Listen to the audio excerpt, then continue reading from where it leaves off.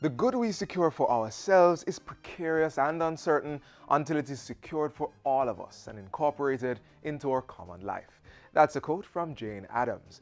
Welcome to another edition of Jamaica Magazine. Coming up between the pages this week, we talk security, securing lives, property, and dessert. Yes, I said dessert. But before we get to the delicacies, we'll join Ian Boyne on Issues and Answers with Mr. Omar Sweeney as they discuss details regarding the Zones of Special Operations, ZOSO. I'm Theodore Henry, your virtual guide for today. Stay tuned as the magazine unfolds.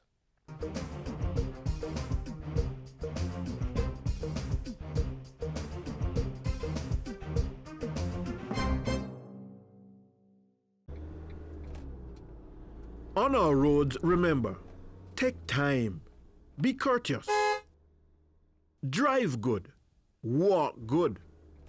Don't drink alcohol and drive. Don't drive tired or sleepy. Don't tailgate and don't overtake unless it is safe to do so. And always drive at a speed which will allow you time to stop quickly and safely. Let's keep it safe on our roads. Mount Salem in Montego Bay was the first declared zone of special operations on September 1. Deputy Chairman of the Social Intervention Committee tells us more about the zone's operations.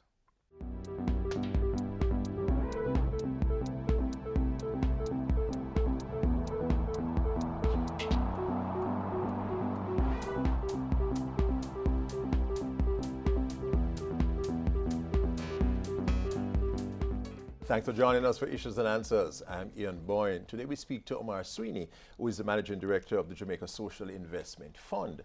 But we will speak to him more particularly in his role as the Deputy Chairman of the Social Intervention Committee of the Zones of Special Operations, ZOSO, in Mount Salem. He serves under the Prime Minister, who is the chair, according to law, of the Social Intervention Committee. And we want to talk to Mr. Sweeney about the social intervention activities, the social investment taking place in Mount Salem. We want to see the kinds of impacts that this social intervention is already having and to see the direction in which it is going. We thank you so much for your company. Mr. Sweeney, thanks for coming in our studios to be with us. Your role as JSIF is to work with inner city communities across Jamaica, and therefore you already have substantial institutional knowledge about inner city communities. Therefore, your being deputy chairman recommends itself, it would seem. Tell us how your work as in JSIF would prepare you for this task on the Social Intervention Committee as coordinators. Yes, well, thank you, Ian. The JSIF for the last 20 years have completed close to 1,800 projects in communities across the island. And these communities include several volatile and vulnerable communities. Now, currently, under our World Bank funded program, which is the single largest program in JSIF right now, we are in the 6 peri-urban areas of Jamaica: Kingston, St. Catherine, Maypen, Savlamar, Montego Bay, and Ocho Rios, where we're carrying out integrated community renewal and urbanization, crime prevention type interventions within these communities. And so we feel pleased. It's an incredible opportunity now to apply some of our best practices and methodologies, and these are internationally devised and tested methodologies that we are applying to use to support the ZOSO in terms of community redevelopment and citizen security and public safety initiatives.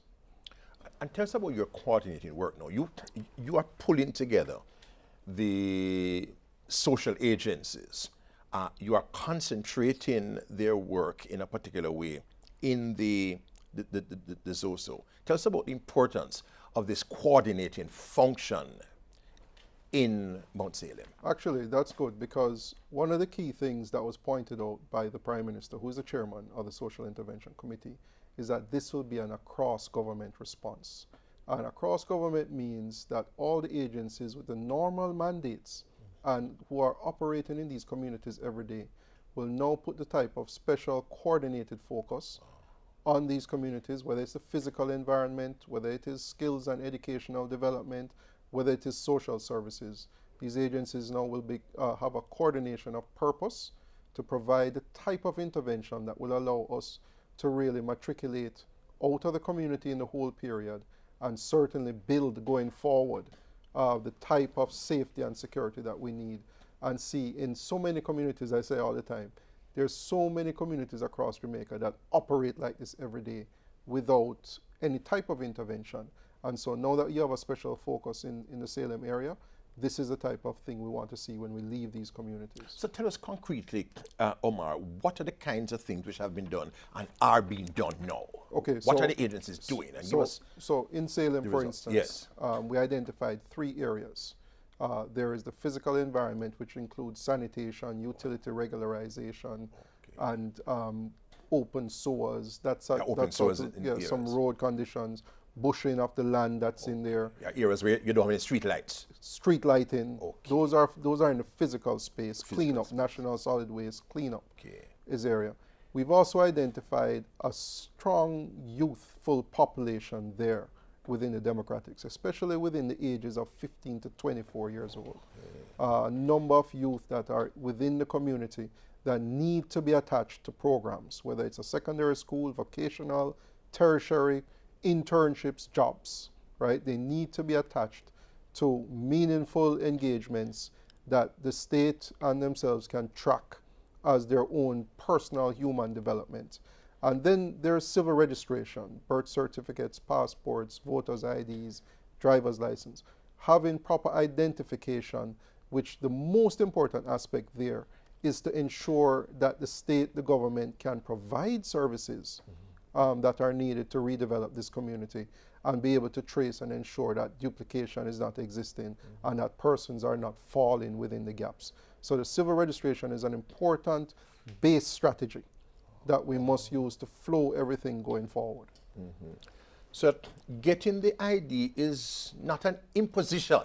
It is something that benefits the individual. Yes, and so many times we see it as an imposition. Yeah, as a bother. But what makes sense is that if we know who you are, we know your demographics, we know your personal situation, then we can better serve you and mobilize the type of agency. And if we can't mobilize the agency, then we're able to direct you to where the help may be. And so the identification and that collection of data of household surveys, a number of those things are done to ensure that we can best provide the services, because it's those services that are left within the community that allow people to solve their own problems and allow the community to ultimately, be uplifted. So giving people IDs is not a pass law in the back door. It's not like their party system of pass law that people, need to have the ID to come into their own communities and to go out. It is really to empower. Right, it is really to people empower.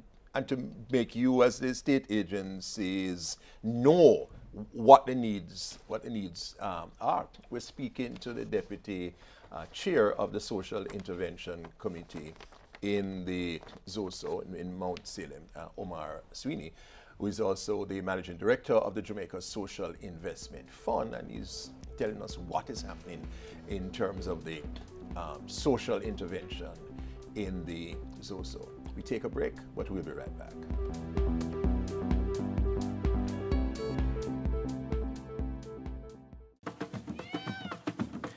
It's the GIS Heritage Posters and Publications Sale. Come and get your posters and publications from now until October 30 at low, low prices. Packages include books, posters, brochures, Jamaican flags, and more. And if you spend over $1,500, you'll get a prize. For more information, contact the Jamaica Information Services Research and Publications Department by calling 926-359-024 or 926-374-026 or visit them at 58A Halfway Tree Road, Kingston 10. You may also contact our Montego Bay Regional Office by calling 952-6604 or visit them at the NHT Building, 42B2C Union Street, Montego Bay. Run come before them done. Posters and publications available while stocks last.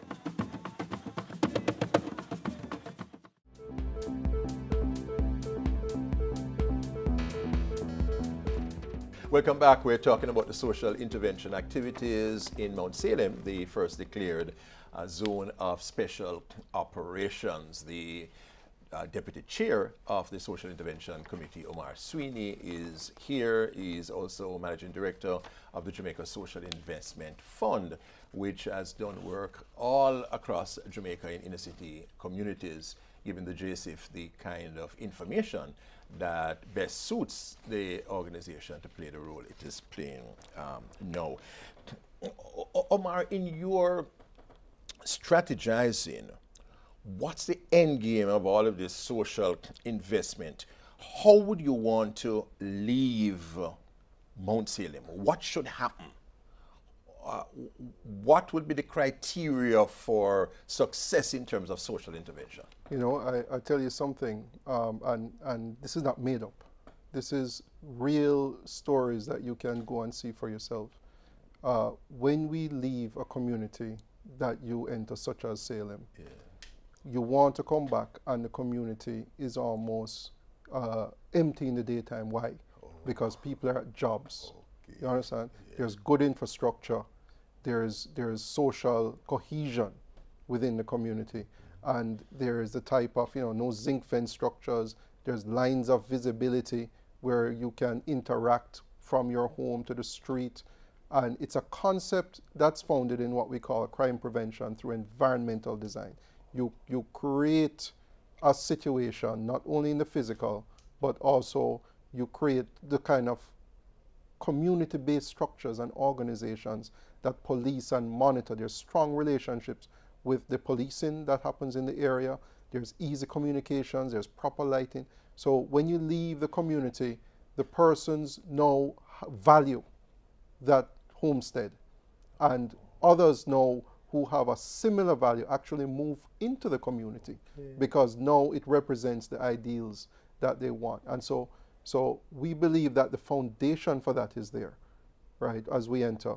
And so it is now the work to really build and structure that. And so the ZOSO is important because obviously there are some elements there that need to be dealt with. And I think once we have gotten the green light, what I wanted to say is that the groups, or the agencies are working every day, doing their own assessments and developing their plans.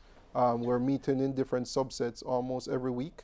We're meeting, not almost every week, where there's at least one meeting to deal with some subset of what has to be done once we're in the build and the hold and the build mode. And so I feel very confident that we will be able to now roll out a plan and give, and this plan is not in isolation of the community. With the community actors, with the CBOs, with the residents and the citizens, we'll be able to develop a plan that we can all walk to the same beat. And the Prime Minister stated that one of the purposes of having a ZOSO is to decriminalize the area in a sustainable way. Yeah.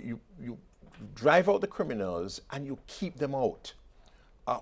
What would it be about the social intervention activities that would help to make that ZOSO area inhospitable to criminals and inhospitable to their return? The way I like to look at that is it's not about keeping them out.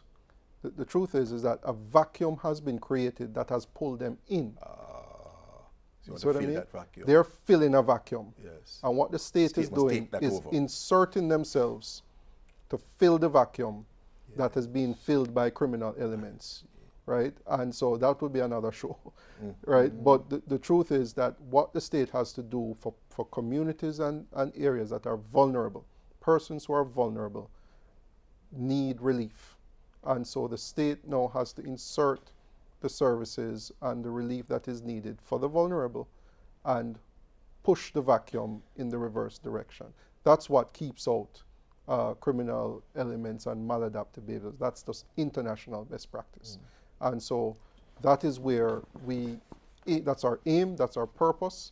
And I think that as you continue to watch how the ZOSO develops, whether we stay in this zone or there are other zones, and we're building the type of systems that would allow us to be dynamic and be able to move quickly now into other zones and carry out the same type of approach. Is it one of the criteria of success that each person, especially the young cohort whom you mentioned, 15 to 24, that each person is attached to something? Is that one of the criteria you have set yourselves? It's not, and you know, let me tell you, it is not only for Salem, right? It is for youth across the country. We have to engage our youth. We have to ensure that they're attached to something, because that is how we you know, if you're attached to one thing, it's difficult to be attached to many other things. Yes. And so we have to have a plan for them. And so we have a strategy, we have a focus on the youth. It's not to say that we're not, you know, the elderly and the disabled remain vulnerable. And so you have to have programs in place for that. But we have to ensure that the systems that are put in place, the school, the tertiary system, the training programs, the internships, those programs have to be working, and they have to be working well and be able to absorb, because you know, for instance, that some persons were placed in jobs, right? Within the Montego Bay area, the customer service, the BPO sector, the hotel sector are all there with the absorptive capacity right now to take those jobs. And the thing is now, we need to get the youth properly trained and attached to the programs that will allow them to matriculate. So how do you help with the jobs? Would the BPO companies themselves come down there to prospect, or you would take up names, you would help to refer them to companies? How do you do that? One of the things that happens with agencies like JSIF, supported by Heart Trust and some other third-party type providers, is that many of these youths are disadvantaged, because the minute they say their address is Salem or retirement or Granville, then people become nervous. One of the things the government agencies can do is be the reference for that youth. So our programs, for example, is that we provide, once we put them into the training program and they are matriculated out of the program, we say to Burger King, we say to PriceSmart, we say to these agencies, Sandals, we are the reference. I know where this person lives, I know where they come from, I know what they've been trained in, and we are the reference. That's the government saying that, right? And so they can come into the program with the trust of knowing that their address will not be the inhibitor after they have invested their time and effort in the training program. That's why the ID is important too. That's why the ID is important. That's all we really ask on our side, is for the ID. But they can know, they have seen others in the community get the benefit of matriculating into sustainable jobs and engagements after they have gone through these state-provided programs. Many times, many of them now are trying on their own. There are several of them out there trying on their own, borrowing from relatives, trying to get into school. They matriculate and can't get a job because employers are looking on their address and where they come from for obvious reasons, or whatever the reason may be. And so what we really do now is trying to insert, again, I'm saying, those types of services and the type of reference and support to the youth that will enable them to really matriculate. And there's another important point, finally, as we're running out of time, and that is that by the state actually thrusting these things in their faces, bringing the services here, that's different from somebody having to leave the community to check a heart place, to check somewhere to get trained. And you actually bring the agencies. You have a fear that they can come and they can know how to apply, how to get registered. That's a key. On September 8th and 9th, when we had the fair down there, with literally 3 days notice, 3 days notice, persons accessed more than 1,400 individual services. Right? That's the level of demand that is there, and the numbers have been in the media in terms of the different things that they access. But I'm saying this wasn't planned months in advance. This 3 days notice, and especially in the area of health services, with the St. James Health Services, the dental services, vision services, persons were saying, but we, as far as we know, people are healthy. Well, that was the greatest demand, 600-700 services delivered, right, for health, right, and so the need is there. The need is there, and we just have to really work more towards ensuring that the government, across government type response now, is mobile. I know they're winding me down, but an important intangible is this building of trust. People now see the state as an instrument of their empowerment rather than an oppressor. Right. And that's a significant. It is significant. And I don't believe that people naturally, I don't believe, from my experience in communities, people don't naturally mistrust the state other than the fact that promises are made and not delivered. That's the area of mistrust. Yeah. But outside of that, they generally believe that if the state delivers, they will get a good service. Good. Thank you so much, Omar Sweeney, Deputy Chairman of the Social Intervention Committee in the ZOSO of Mount Salem and Managing Director of the Jamaica Social Investment Fund. We thank you for your company on Issues and Answers. Next week, I'll be back. Until then, Ian Bourne wishing you a very pleasant day.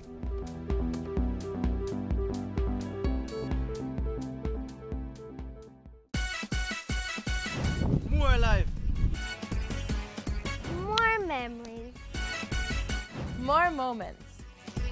Jamaica Moves is a call to action to prevent non-communicable diseases.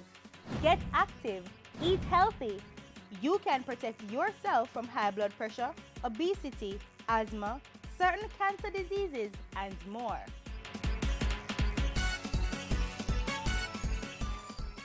Devon Stout, rum and raisin, not to mention cookies and cream.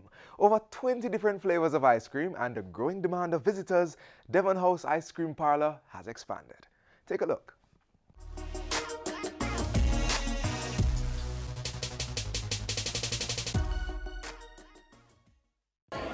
That's it right there, that's it. Yes. Rum raisin, rum raisin. Rum and raisin ice cream, one of the many Devon House ice cream flavors. The tasty treat is rated among the best in the world, and its ratings go up a notch when it's bought at the Hope Road spot. But there was one hiccup, the waiting time. Definitely a good idea. It was congested, especially on a Sunday evening, but now we get through a lot more quickly, and it's less crowded, less congested. We got through in 3 minutes. On the other side, it took a longer time to be served. So it was definitely a good idea. I like it.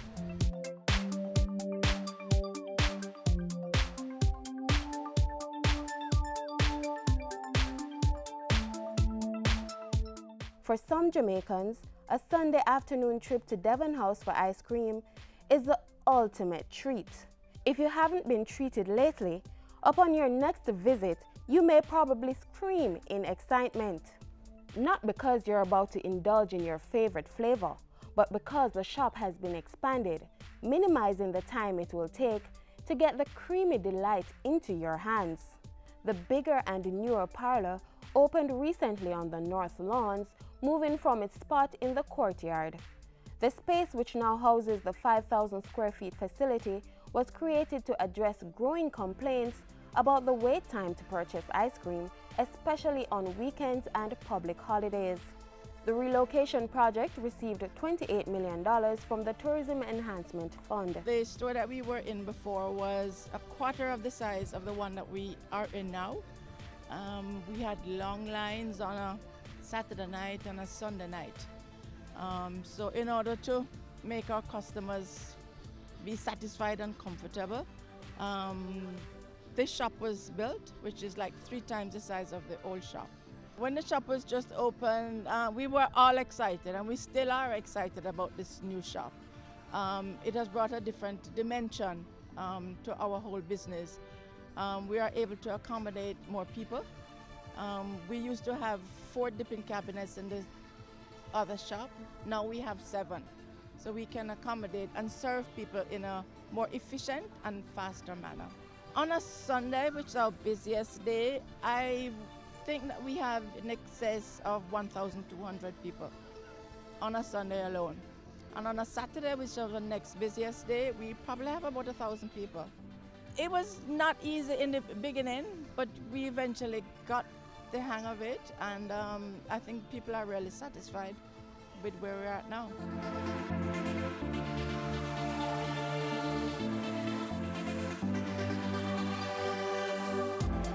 It's 3 times the amount of staff in this new shop. We have a nice big veranda.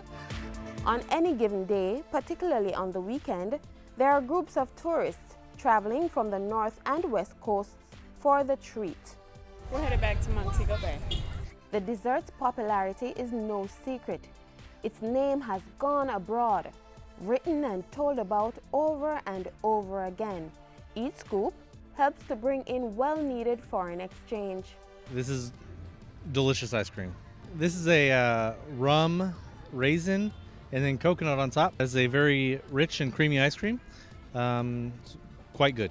Chocolate is my favourite. Never heard of Devon Stout before. This is my second time to Jamaica, so I thought, why not? Flavours, sugar, and there's a malty taste, which I'm assuming is from the Devon Stout. I'm having cheesecake. Tastes very nice. We make in all probably 30 flavors, but we don't have all 30 at one time. Depending on the season, we have maybe 20 to 25 flavors.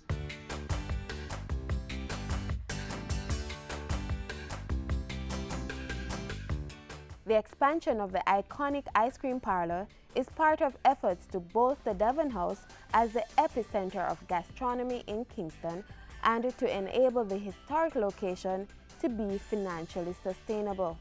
It's always a nice treat. The setting is nice, the ice cream is superb. Here with family, my mother and friends, we're all here enjoying the afternoon. It's great because you have more space, because the other one, there was a queue that used to zigzag outside. At least if it rains here, we're inside, and it has a nice colonial feel. Frustration has melted away as long waiting time no longer separates man or woman from getting their Devon House ice cream that brings out the smile not only in a child but adults too.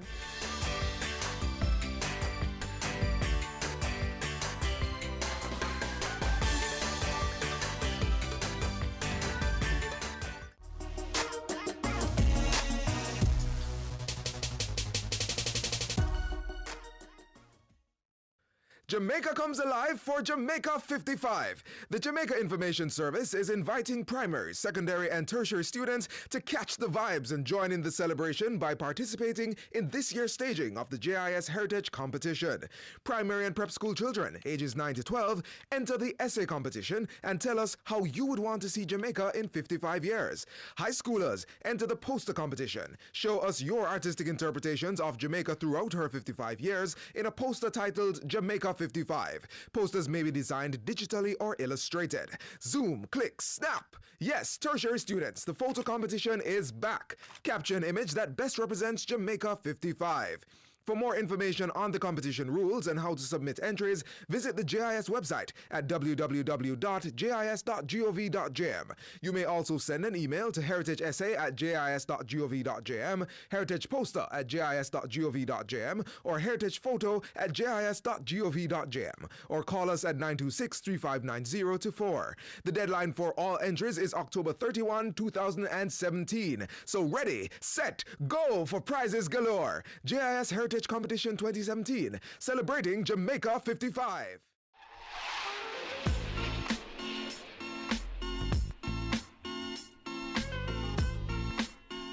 I hope you found our program informative, and of course we relish your feedback, so continue to send it to Jamaica Magazine at jis.gov.jm. Stay informed on our social media pages, Instagram, Facebook, and Twitter, or download our app on your Android and iOS devices to catch up on the latest news on the go. You can also visit our website, jis.gov.jm, for more information. On behalf of the entire production crew, I am Theodore Henry. Thanks for watching.